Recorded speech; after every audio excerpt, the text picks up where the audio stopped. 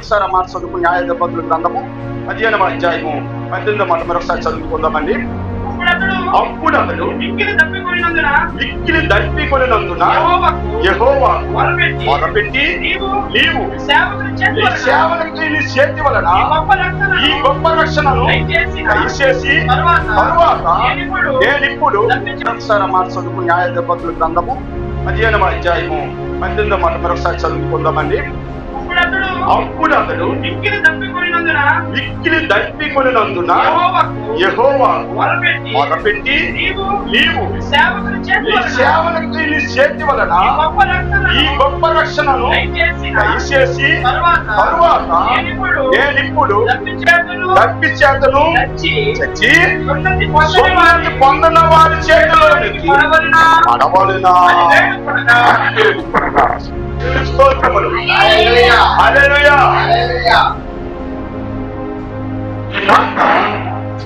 ఎవరితో అంటున్నారు? ఎవరు మాట ఏమనుంది? అప్పుడు మిక్కిలి దప్పికొనినందున ఎవరు దాహంతో ఉన్నారు? ఎవరు ఆ దాహం నుండి బయటపడలేని పరిస్థితిలో ఉన్నారు? ప్రియమైన వాళ్ళారా, సంసోను ఎవరైనా మాట్లాడుతున్నాడు? సంసోను దేవునితో మాట్లాడుతున్నాడు. ఎవరండి?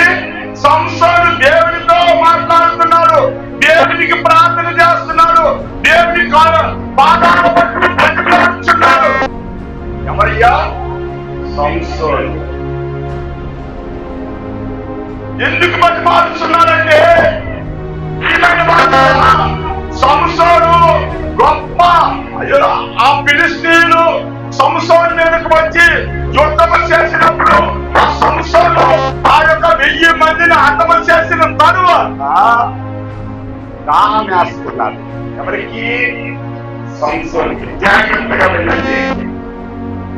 దేవుని మాట చక్కగా మనం విన్నట్లయితే చాలా లోతైన మన దేవుడు మనం బయటపరుస్తాడు. ప్రియమైన వాళ్ళరా, సంసోనుకు దాహం వేస్తున్నది. సంసోను ప్రార్థన చేస్తున్నాడు. సంసోనుకు దాహం వేయడానికి కారణమే తెలుసా? సంసోను ఎందుకు దాహం వేస్తున్నది? చాలా సార్లు మనకు దాహం వేయడానికి కారణమైతే ఏదైనా పని చేసేటప్పుడు కదా, ప్రాణము అలిచి ఉన్నప్పుడు, ప్రాణము అలిచిపోయి ప్రాణము ఎప్పుడైతే బాగా అరుస్తుందో ఆ అరిసినప్పుడు ఏం కావాలి? దాహం పుడుతుంది. ఆ దాహం పుట్టేటప్పుడు ఆ దాహం తీర్చడానికి మనకి ఏం కావాలి? కావాలి. అదే విషయాన్ని ఆయన సంసోను యొక్క శరీరము బాగా అలిసిపోయింది. సంసోను యొక్క తన యొక్క ఆత్మ అలిసిపోయింది. సంసోను యొక్క జీవితం అంతా అలిసిపోయిన పరిస్థితి వచ్చింది. అక్కడ ఏమిటంటే ఏం చేశాడని అలిసిపోయిందంటే ఒక మాట రాయబడి ఉంటా చూడండి. ప్రియమైన వాళ్ళరా, సంసోనుకి ఎందుకు ఆసక్తి వచ్చిందంటే చూడండి ఆ 15వ మాట చదివయ్యా. అతడు గాడిద యొక్క మంచి దవడ ఎముకను పట్టుకొని చెయ్యి చాచి పట్టుకొని దాని చేత 1000 మంది మనుషులను చంపెను. దేవునికి స్తోత్రములు. ఆ ముందు వాక్యం 14 చూసుకున్నట్లయితే చూడండి ఏమని రాయబడి ఉన్నదో. అతడు రేకి వచ్చే వరకు ఫిలిష్తీయులు అతను ఎదుర్కొని కేకలు వేయగా యెహోవా ఆత్మ అతని మీదకి బలముగా వచ్చినందున చేతులు కట్టబడి కాల్చబడిన జనపర నారబలిన ఆయను. దేవునికి స్తోత్రములు. హల్లెలూయా. ఇక్కడ చూడండి, ఫిలిష్తీయులు వచ్చేసి ఎవరిని పట్టుకున్నారు? సంసోను పట్టారు. పట్టుకుని కాళ్ళు చేతులు కట్టేశారు. దేవుని ఆత్మ సంసోను మీదకి వచ్చింది. ఆ కాళ్ళన్ని కట్టబడిన పాదాలు బతకబడి కట్టబడ్డాయి. నీవు ఎప్పుడైతే దేవునిలో ఉంటావో, దేవునితో నడుస్తావో, దేవునితో కొనసాగుతావో, దేవునిలో బ్రతుకుతావో, ఆ దినము నీకున్న బంధకాలన్నీ తెంచబడతాయి. దేవునికి స్తోత్రములు. హల్లెలూయా. సంసోను చూడండి,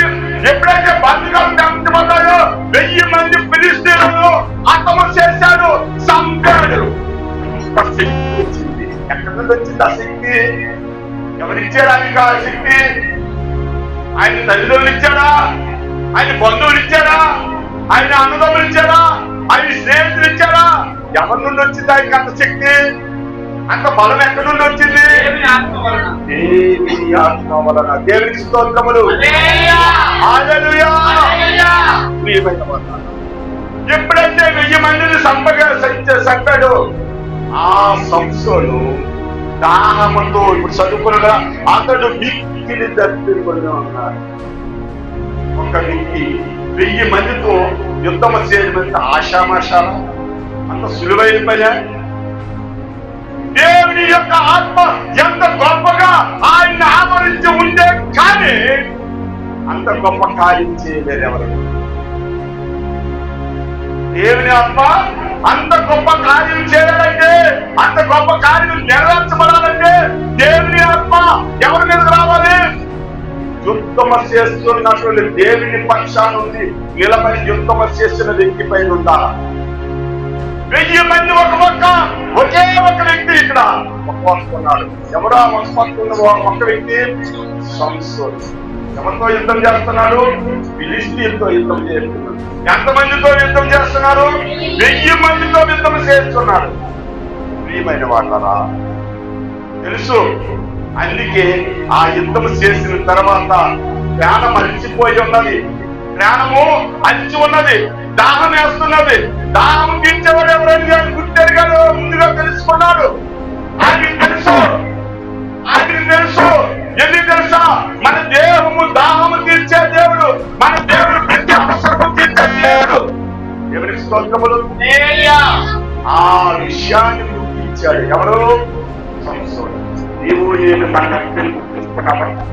మనకి దాహాత్మీయ దాహం అవ్వచ్చు, శరీర దాహం అవ్వచ్చు, మన అవసరతలు అవ్వచ్చు, మన సమస్యలు అవ్వచ్చు, మన ఇబ్బందులు అవ్వచ్చు, మన బాధలు అవ్వచ్చు. అటువంటి పరిస్థితిని ఎదురయ్యేటప్పుడు ఎవరిని ప్రార్థన చేయాలి? ఇవి నమ్ముకున్న నిజమైన దేవుడిని ప్రార్థన చేస్తే గొప్ప కార్యాలను పొందుకుంటాం. దేవుడికి స్తోత్రములు. హల్లెలూయా. తెలుసు, ఇక్కడ సంసారానికి తెలుసండి విడుదల. నాకు ఈ దాహం అనే ఆ యొక్క బాధ నుండి, ఈ దాహం అనే స్థితిలో నుండి నన్ను విడిచిపెట్టాలి బయటికి నెట్టేవాడు నా దేవుడు తప్ప ఎప్పుడు నా దాహాన్ని తీర్చలేని విషయాన్ని ఎవరికి తెలుసు? సంసోనుకు తెలుసు. అందుకే ఒక మాట రాయబడి ఉంటుంది, న్యాయాధిపతుల గ్రంథంలో ఉన్న 12:3 చదువయ్యా. ఏమని రాయబడి ఉంటుందో? నా ప్రాణమును ఆయన చేతిలో ఉంచుకొని అమోనీయులతో యుద్ధము చేయబోయి అప్పుడు యెహోవా వారిని నా చేతికి అప్పగించిన కనుక నాతో మాట్లాడుతున్నీరా నేను వచ్చితను. దేవునికి స్తోత్రములు. హల్లెలూయా. హల్లెలూయా. ఆయన చేతిలో నా ప్రాణం ఉంచుకొని ఉన్నాను. యుద్ధం వెళ్ళేటప్పుడు నాకు తోడికి ఎవరు వచ్చారు? నా దేవుడు తోడికి వచ్చారు. ఎవరైతే దేవునితో నడవడానికి సిద్ధం, ఆ నడవడం అలవాటు పరుచుకొని నడుస్తూ ఉంటామో మనకి ఇబ్బందులు ఉండవు. దేవునికి స్తోత్రములు. ఏ సమస్యలు ఉండవు. హల్లెలూయా. ప్రియమైన వాళ్ళరా, ఇక్కడ సంవత్సరం జీవితంలో ఆ అంత 1000 మందిని ఆ సందేశం తర్వాత దాహం పుట్టింది. ఈ దాహము నా దేవుడి తప్ప ఎవరు తీర్చలేని బుద్ధికి తెలుసుకొని ఏమన్నాడు? ప్రార్థన చేయడం మొదలు పెట్టాడు. ప్రార్థన చేస్తున్నాడు. దాని మీద మనం ఎక్కడికి వెళ్తాము? నువ్వు ఒకవేళ అరణ్యంలోకి వెళ్ళావు, ఒక అడవిలోకి వెళ్ళావు. అడవిలోకి వెళ్ళి పని చేస్తున్నావు, లేదా కట్లు కొడుతున్నావు, లేదా వేరే పని చేస్తున్నావు. ఆ చేసేటప్పుడు నీ చేతులతో ఒట్టులు తాగిస్తావు. ఇంకా నీకు ఆ పని పూర్తి అవ్వలేదు. ఆ పని పూర్తి చేసుకుని వచ్చేలోపు ఏమేస్తుంది? ఆ అరణ్యంలో నీకు నీరు ఎక్కడ దొరుకుతాయి? ఎక్కడ నీరు దొరుకుతుందని ఇంట్లో ఎక్కడ అరణ్యంలో నీరుంటుందా? అప్పుడు నువ్వు ఏం చేస్తావు? నీ దేవుడి వైపు చూస్తావు. ఆకాశం పనులకి చూస్తున్నావు. ఎక్కడి నుండి సహాయం వచ్చాడు? ఆ కొండల దగ్గర సహాయం ఉంది. చూస్తున్నాడు దావిది భక్తుడు. ఏమని నాకు సహాయకుడు యెహోవానే కదా ఇంకా అడిగిపోతున్నాడు. నీకు ఇబ్బందులు, నీ సమస్యలు, నీ జామేదో తెలుసుకున్న దేవుడు ఉన్నాడు, నీతో ఉన్నాడు, నీలో ఉన్నాడు, నీ మనసులో ప్రియమైన వాళ్ళారా. ఇక్కడ దాహం తీర్చుకుంటే దేవుడు, నా దేవుడు తప్ప ఈ స్థితిలో ఎవరూ నన్ను కాపాడలేదు. అయ్యో నేను చెడిపోయే పరిస్థితికి వచ్చాను, బాగా దాహం వేస్తుంది, ఫిలిష్తీయులకు సంఘర్షణ కానీ ఈ దాహం వల్ల నేను చచ్చిపోయి ఇదిగో ఎవరి చేతిలో, సున్నతలే పొందని వారి చేతిలోకి నేను వెళ్ళాలనేసి ఎంతో దీనముగా ప్రార్థన చేస్తే ఏంటి ప్రార్థన చేస్తున్నాం. మన ప్రార్థన జీవితం ఎప్పుడైతే ప్రార్థన కొరగా దేవుడిని ఎదుర్కొంటామో దేవుడి నుండి గొప్ప గొప్ప కార్యాలు మనం చూస్తాం. దేవుడికి స్తోత్రములు. హల్లెలూయా. ప్రియమైన వారులారా, ఒక్క మాట చూద్దాం. చూడండి ఆ సూత్రము, చూడండి ఆ యొక్క 16 తీయండి. నిర్మాకాండ 16 తీసినట్లయితే 3వ మాట చదువుమా. ఇశ్రాయేలీయులు మాంసము వండుకొని కొండల యొద్ద కూర్చుని తృప్తిగా ఆహారం తిన్నప్పుడు యెహోవా చేతి వలన యాన చావకపోతివి, ఈ సర్వ సమాజమును ఆకల చేత చంపుటకు ఈ అరణ్యంలోనికి మమ్మల్ని అక్కడి నుండి తోడుకుని వచ్చిందని వారితో అనగా యెహోవా. ఇక్కడ చూడండి, దేవుని స్తోత్రములు. హల్లెలూయా, హల్లెలూయా. ఇశ్రాయేలు ప్రజలు సలుపుకుంటున్నారు. ఐగుప్తు దేశంలో బానిసలుగా ఉన్నటువంటి ఇశ్రాయేలు ఎవరు నడిపించారండి? మోషే, అహరోను. ఈ మోషే ఆహారాన్ని నడిపించిన విధానం చూసి నాకు ఆహారం చెప్తే అక్కడ ఉండే ఐగుప్తులు మంచి ఆహారమే పెట్టేవారు, బానిసుల్లో పర్వాలేదు, వాళ్ళు చేసినప్పటికీ పలుపు నింపేవారు. అరణ్య మార్గంలో కొంచెం ఇక్కడ సంపడానికి తీసుకొచ్చామని ఎవరికొకరు సరుకుంటున్నారు. ఎవరి మోషే మీద, అహరోను మీద. ఏం చేశాడు తెలుసా? దేవుడు చూసుకున్నప్పుడు అందులోను ఏం చేశాడు? నీవు సాయంకాలమున మాంసము తిందురు, ఉదయమున ఆహారము చేత తృప్తి పొందుదురు. అప్పుడు దేవుడైన యెహోవాను నేనే అని మీరు తెలుసుకుందురని వారితో చెప్పారు. దేవునికి స్తోత్రములు.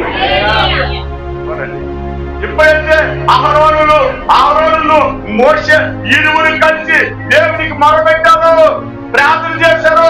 అయ్యా మా మీద సలుపుకుంటున్నారు ఇశ్రాయేలు ప్రజలు, అయ్యా మా మీద విరోధంగా మాట్లాడుకుంటున్నారు, అయ్యా మా మీద వారికి ఇష్టానుసారమైన మాటతో మమ్మల్ని ఆయా ఇబ్బంది పరుస్తున్నారు అనేసి వాళ్ళు ఎప్పుడైతే దేవుడికి మొరపెట్టారు, దేవుడు ఏమి ఇచ్చాడట? సాయంకాలం ఏమి ఇచ్చాడు? మాంసాన్ని ఇచ్చాడు. మధ్యాహ్నం ఉదయం ఇచ్చాడు? ఆహారం ఇచ్చి పరిపాలించాడు. నువ్వు ప్రార్థన చేసినట్లయితే, నువ్వు ఎప్పుడైతే దేవుల్లో ఉండి ఆ దేవునితో గడుపుతావో, నీ అవసరాల కోసం దేవుడితో అడుగుతావో, కంపల్సరిగా అవసరం తీరుస్తాడు దేవుడు. తెలుస్తాడు. ప్రియమైన వాళ్ళరా, చూడండి ఇక్కడ చూసుకున్నట్లయితే సంసారికి ఏమవుతుంది? అంత బలవీరుడు, అంత శక్తిమంతుడు, అంత గొప్ప వ్యక్తి. ఆ సంసారం చేపించినప్పుడు దాహం వచ్చి దాహం వేస్తుంది. ఈ దాహం తీర్చేవాడు ఎవరైతే నా దేవుడే నన్ను దాహం తీర్చుతాడని ఏమొచ్చిందో తెలుసా? ప్రియమైన వాళ్ళరా, 19 మార్కులు చూడండి, 10 ఏళ్ళైతే 19 మార్కులు చూసుకుంటండి. దేవుడు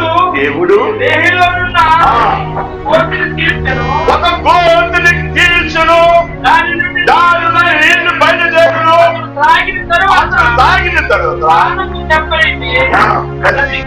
దేవునికి స్తోత్రములు. హల్లెలూయా, హల్లెలూయా. ఒక గోతి దగ్గరికి వెళ్ళాడు. ఆ దేవుడు ఏం చేశాడు? ఆ గోతిని చీల్చి ఏమొచ్చింది? ఒక ఓట వచ్చింది. ఆ ఓట వల్ల బ్రతికాడు. అంటే ఆ ఊట నీరు దేవుడికి ప్రార్థన చేయకపోయింటే ఆ దాము తీర్చుండబడేది కాదు, ఆయన చనిపోయే ఉండేవాడు. ఆ పరిస్థితుల్లో ఎవరిని మొరపెట్టాడు? దేవుడికి మొరపెట్టితే దేవుడి సమాధానం పరుస్తుందా? చాలా సార్లు మనం అనుకుంటాం, ఎన్నిసార్లు అండి యేసుప్పుడు నేను రక్షణలోకి వచ్చి నుండి ప్రార్థన చేస్తున్నాను కానీ నాకు సమాధానం లేదు. నేను రక్షణలోకి వచ్చి నుండి బాప్తిజం తీసుకుని నుండి నేను ప్రార్థన చేస్తున్నాను, ఒక విషయంలో ప్రార్థన చేస్తున్నాను, ఆ విషయం నాకు సమాధానం పరచలేదు. ఎందుకంటే ఏంటి దేవుడు అన్నుడు ఉంటే మరి నాకు ఎందుకు ఈ పరిస్థితి అవుతుంది అని మనలో మనము సనుక్కుంటాం. ఇశ్రాయేలు ప్రజలని కానీ ప్రభువారు అంటున్నారు, ప్రియమైన వాళ్ళరా చూడండి, ఆ 50వ కీర్తన 10 అంటాడు, ఆయన ప్రార్థన చూడండి, అక్కడ ఆపత్కాల ముందు నన్ను కూర్చి మొదలుపెట్టము, నేను నిన్ను విడిపించదను. ఆపత్కాలమందు నీవు నన్ను కూర్చి మొదలుపెట్టము,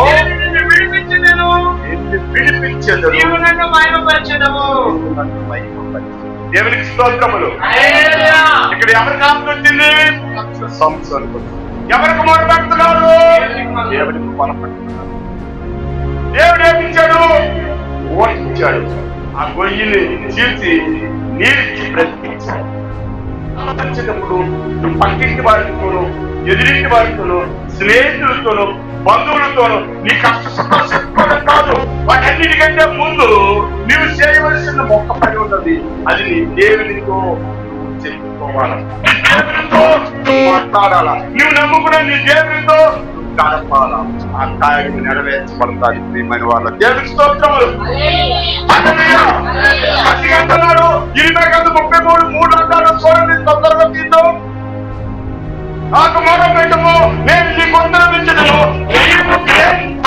గొప్ప సంగతులు ఘోరమైన సంగతులు నీకు తెలియజేతుడు. అదేయ్యా, నాకు నువ్వు మొదలుపెట్టము, నీవు గ్రహింపలేని గొప్ప సంగతులను, మూఢమైన సంగతులను తెలియజేతును. దేవునికి స్తోత్రములు. హల్లెలూయా, హల్లెలూయా. మొదలుపెట్టాను. సంసోను మొదలుపెడుతున్నాడు. దాహం వేస్తుంది, చెడిపోతును. అయ్యో ఈ 1000 మందితో నీ సంతానం కానీ నా ప్రాణం కూడా కోల్పోతుందని భయంతో భయపడి ఆయన దేవుని కొరకు దేవుని దగ్గరికి వెళ్ళి ఆయన పాదాల కొరకు ప్రార్థన చేస్తున్నాడు. అందుకంటాడు ఇక్కడ ఏమంటున్నారు చూడండి, కీర్తనకారులుగా 20 గంటలు మనం చూసుకున్న ప్రకారం నీవు గ్రహింపలేని గొప్ప సంగతులు, గూఢమైన సంగతులు నువ్వు చూస్తావు. మొరపెట్టాలి, ప్రార్థన చేయాలి, నిత్యము ప్రార్థన చేయాలి. ఎటువంటి సమస్య అయినా ప్రార్థన చేయాలి, ఎటువంటి ఇబ్బందులు ఉన్న ప్రార్థన చేయాలి, ఎటువంటి ఇరుకుల్లో పడిపోయిన పర్వాలేదు ప్రార్థన చేయాలి. చీకటి భూమిలో నిన్ను లేవనెత్తే దేవుడు నీకు తోడై ఉన్నాడు. దేవుడి స్తోత్రములు. ప్రార్థన ఒకటే చేయి, గొప్ప గొప్ప కార్యాలు చూస్తాం, గొప్ప కార్యాలు చూస్తాం. ప్రియమైన వాళ్ళారా, అందుకే అంటున్నాడు చూడండి, ఆ 119 అంటారు చూడండి, కీర్తన కాదు గొప్పగా అంటాడు. ఇక్కడ 119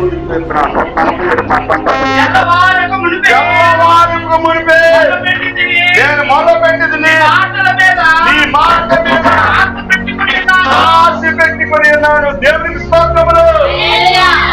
కీర్తన కాదు ఇక్కడ తెల్లవారక మునిపే.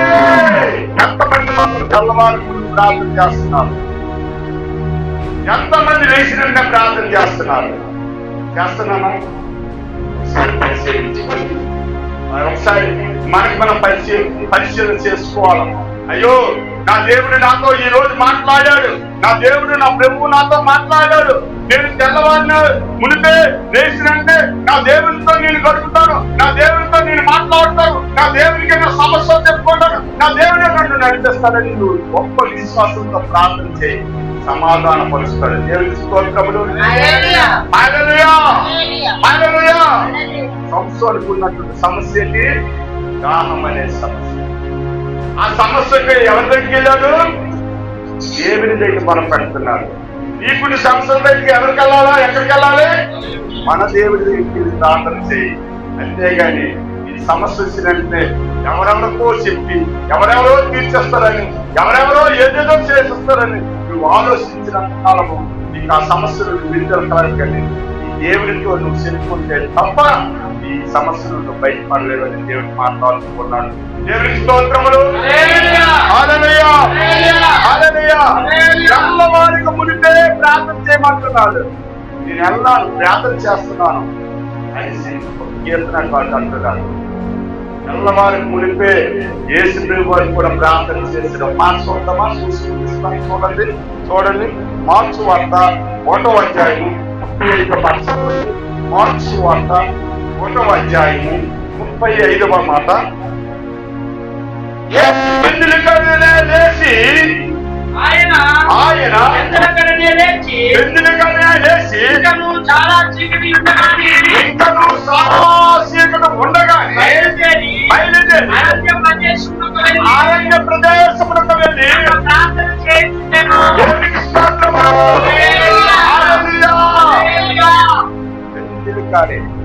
వెందిరికాడే లేచి ప్రార్థన చేయాలి. తెలుసా ఎంత ప్రార్థన చేస్తాను, ఎంత నీకు దేవుడు నీకు ఎంత అనుకూలిస్తే అంత దేవుడితో గడపాలి. ఆ వెందిరికాడ ప్రార్థన ఆ సమయంలో ఎవరు ప్రార్థన చేసేవాళ్ళు? ప్రపంచ జనాభా ఎంత ఉంది? 2 కోట్లు. అందులో భారతదేశం జనాభా 2 కోట్లు. అందులో ఆంధ్ర రాష్ట్రం ప్రజలు 2 కోట్లు. ఇన్ని కోట్లు ప్రజలు ప్రార్థన చేస్తే అయ్యే ఆ దేవుడు పట్టుకునే సమయం అన్నారు కదా. అదే ఎక్కువ ప్రార్థన చేస్తామనుకో, అప్పుడు ప్రార్థన చాలా మంది దేవుడితో గడపడానికి ఇష్టపడతారు. నీ ప్రార్థన చేసినట్లే నీ ప్రార్థన పొట్టలం లేదా నీ ప్రార్థన ప్యాకేజీ డైరెక్ట్ గా అంటే నిదానంగా ఎక్కడ చేస్తుంది? దేవుడు శరీరంలోకి వెళ్ళిపోవాలి. అయ్యో నా కుమారుడికి ప్రార్థన చేశాను, అయ్యో నా కుమారుడి ప్రార్థన నేను వింటానని గొప్ప ఆసక్తి కలిగి దేవుడు ఉంటాడు. యేసు ప్రభువు కూడా తన తండ్రికి ప్రార్థన చేస్తున్నారు. ఉద్యోగలే ఇక సీతకుంటుండగానే ఎక్కడికి వెళ్ళాడు? అరణ్య మార్గంలోకి వెళ్ళి ప్రార్థన ప్రశాంతంగా ఉండే ఆ స్థలంలోకి వెళ్ళిపోయి ప్రార్థన చేయడానికి ఇష్టపడుతున్నారు. ప్రేమని వాళ్ళరా, లేచినట్టునే ప్రార్థన చేసుకొని అవసరం తీర్చబడతారు. ప్రార్థన చేసుకుంటే తప్ప మన అవసరం తీర్చబడవు. ఇక్కడ సంసోనికి అవసరం వచ్చింది, దాహం అనే పరిస్థితి. ఆ దాహం నుండి చచ్చిపోతానని భయపడుతున్నాడు. ఆ భయాందోళన చెందిన పరిస్థితుల్లో తన దేవునితో మొదలుపెడుతున్నాడు. అయ్యా నాకు దాహంతో చచ్చిపోతున్నాను, నువ్వు కనికరించవా, నువ్వు సహాయం చేయమని ప్రార్థన చేస్తే ఆ అరణ్య మార్గంలో ఒక గోటు దగ్గరికి వెళ్ళి చీల్చి పైకి రప్పించాడు దేవుడు. ఆ నీరు తాగి ఆయన బతికాడు. ఆ నీరు తాగి ఆయన ప్రాణాన్ని రక్షించుకున్నాడు. సంవత్సరం ఎప్పుడైనా ప్రార్థన పరులుగా ఉన్నట్లయితే దేవుడు నీ అవసరాన్ని తీర్చాడు, నీ సమస్యలను తీర్చాడు. ప్రతి ఆ అవసరం నుండి నిన్ను బయటకు నెట్టడానికి దేవుడికి తోడై ఉన్నాడని మర్చిపోవద్దు. ప్రార్థన పూర్వకంగా ఉన్నట్లయితే సంవత్సరం వలె నువ్వు ప్రార్థన చేసుకుంటూ నీవు ఉన్నట్లయితే సంవత్సరం ఇంకో విషయం తెలుసా? ఆ సింహం నోరును ఆ చీల్చినటువంటి శక్తి ఇచ్చాడు దేవుడు. అలాగే 1000 మందిని చంపే శక్తిని ఇచ్చాడు దేవుడు. కానీ ఇక్కడ చూస్తే దాహంతో కొట్టుకుని కాడుతున్నాడు. ఆ పరిస్థితుల్లో అంత నా శక్తి ఉన్నది కదా, నా బలం ఉన్నది కదా, నేను ఏమేమి చేయగలను అనుకోలేదే. ఎవరి దగ్గరికి వెళ్ళాడు? దేవుని దగ్గరికి వెళ్ళి ఆ సమస్య నుండి విడుదల పొందుకున్నాడు. సమస్య నుండి ఆ సమాధానం పరుచుకున్నాడు. తన ప్రాణాన్ని రక్షించుకున్నాడు.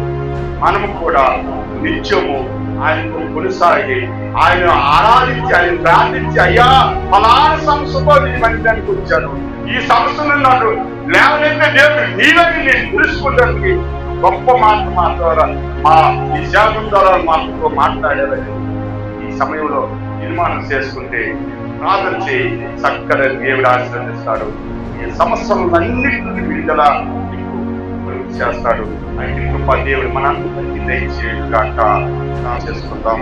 అని సోను ఎంత గొప్ప బలశాలి అయినప్పటికీ, గొప్ప వ్యక్తి అయినప్పటికీ ప్రభా 1000 మందిని ఒక వ్యక్తిగా ఉండి 1000 మందిని హతమస్య చేసినప్పటికీ దాహం అనే గొప్ప సమస్య వచ్చేటప్పుడు, చచ్చిపోతానని భయపడినప్పుడు ఆయన మా ప్రభా తన శక్తి మీద తన బలం మీద ఆశ్రయించుకోలేదు. అయినా ఈ అందు నమ్మకం ఉంచి ప్రార్థన చేసి దాహాన్ని తీర్చుకున్న విధానాన్ని మా ముందు ఇచ్చాం. మా జీవితాల్లో అనేకమైన సమస్యలనే ఆయా దాహాన్ని ఈ సమస్యలు మేము ప్రార్థన పూర్వకంగానే ఎదుర్కోమని మాట్లాడారు. ప్రార్థన చేస్తే తప్ప మన సమస్యలు విడుదల కాలేదని ఏ ఒక్క మాట నాతో మాట్లాడి ప్రతి వాక్యం అందరిలో కలిపించే అత్యావసరమైన జీవితాలు మాకు ప్రసాదించండి.